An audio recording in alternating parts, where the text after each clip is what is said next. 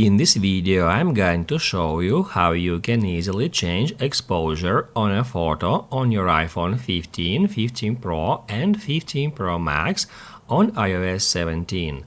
Be sure to watch the video to the very end so you don't make any mistakes. Let's get started, and first off head over to Photos and then search for a photo you would like to edit. Once you find one, open it up, and then right here you can easily find this edit feature.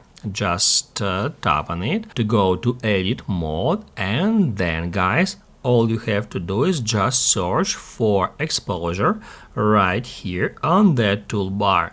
You can just tap at the second icon. It says exposure, and that's how we can easily, by dragging it right or left, change the exposure for a particular photo.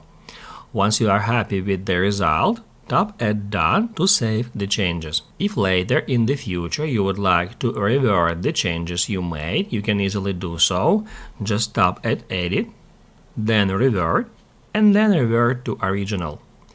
If this video helped you out, don't forget to hit the like button.